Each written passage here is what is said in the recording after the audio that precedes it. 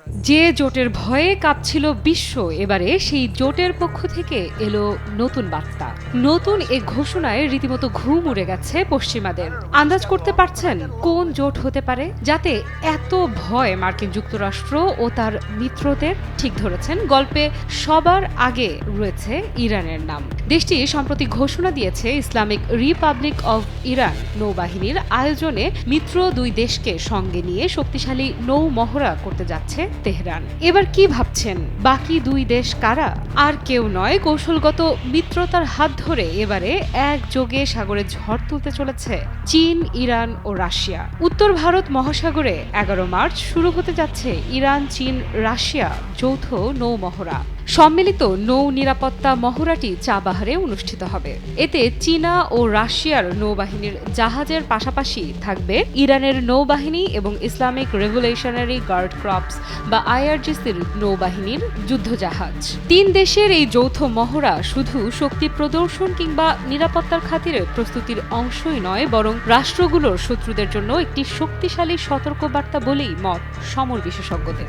যদিও তিন বন্ধু রাষ্ট্রের ভাষ্য, তাদের এই মহড়ার উদ্দেশ্য কেবলমাত্র আঞ্চলিক সামুদ্রিক নিরাপত্তা বাড়ানো এবং অংশগ্রহণকারী দেশগুলোর মধ্যে বহুপাক্ষিক সহযোগিতা জোরদার করা। তবে বিশেষজ্ঞরা এত সহজ সমীকরণ মানতে নারাজ। তাদের মতে তিন দেশের কূটনৈতিক বন্ধুত্বের অনন্য উদাহরণ এই যৌথ নৌ মহড়া। যদিও তেহরান, বেইজিং এবং মস্কোর যৌথ মহড়া এটি প্রথম নয়। এর আগে একই অঞ্চলে গত বছরেও দেশগুলোর যৌথ নৌ মহড়া অনুষ্ঠিত হয়েছিল।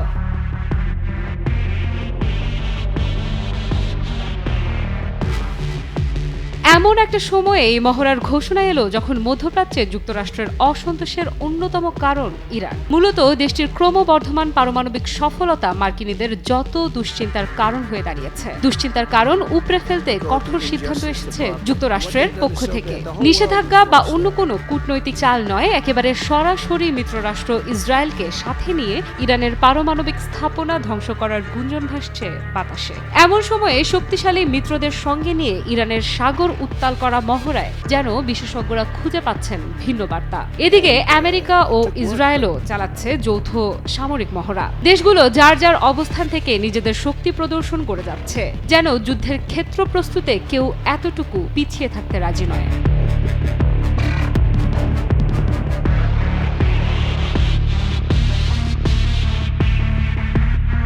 সঠিক প্যাড আর সঠিক তথ্য দিয়ে কেশু সামলে নিব এক হয়ে। Monalisa sanitary napkin. তবে সম্প্রতি রাশিয়ার পক্ষ থেকে যুদ্ধের বদলে ইরানের পারমাণবিক ইস্যুতে সমঝোতার আহ্বানও শোনা গেছে। ইউক্রেন রাশিয়া যুদ্ধকে কেন্দ্র করে কিছুটা কাছাকাছি এসেছে আমেরিকা ও মস্কো। আর তারপর ইরানের পারমাণবিক ইস্যুতে এমন বক্তব্য শোনা যায় রাশিয়ার কাছ থেকে। যদিও এ বিষয়ে ইরান এখনো কোনো মন্তব্য করেনি, তবে রাশিয়ার দাবি ইরান তাদের কথা অমান্য করবে না। এ ঘটনায় রাশিয়া ইরানের বন্ধুত্বের গভীরতা নিয়ে উঠছিল প্রশ্ন। তবে সেই প্রশ্নের জবাবেই যেন এবারে এলো যৌথ নৌ মহড়ার ঘোষণা। অর্থাৎ ইরান রাশিয়ার বন্ধুত্বে নেই কোনো ধোঁয়াশা। এ বছরের শুরুতেই রাশিয়ার সঙ্গে 20 বছর মেয়াদী কৌশলগত প্রতিরক্ষা চুক্তি স্বাক্ষর করে ইরান। মূলত এ চুক্তির মাধ্যমে প্রতিকূল পরিস্থিতিতে ইরানকে রক্ষা করবে রাশিয়া। ইরানের প্রেসিডেন্ট মাসুদ পেজেশকিয়ান প্রথম ক্রেমলিন সফরেই রাশিয়ার সঙ্গে প্রতিরক্ষা চুক্তি স্বাক্ষর করে। এ সময় চীন এবং রাশিয়ার সঙ্গে সহযোগিতা বৃদ্ধির মাধ্যমে আমেরিকার একতরফা নীতির বিরুদ্ধে প্রতিরোধ গড়ে তোলার প্রত্যয় ব্যক্ত করেন ইরানের প্রেসিডেন্ট মাসুদ পেজেশকিয়ান। পেজেশকিয়ান বলেন, আমেরিকা আন্তর্জাতিক মঞ্চে একতরফা এবং স্বৈরাচারী নীতির অনুসরণ করছে। আমরা রাশিয়া এবং চীনের সঙ্গে আমাদের সহযোগিতা বৃদ্ধির জন্য দৃঢ় প্রতিজ্ঞ। চীন এবং ইরানের মধ্যে বন্ধুত্বপূর্ণ সম্পর্ক রয়েছে।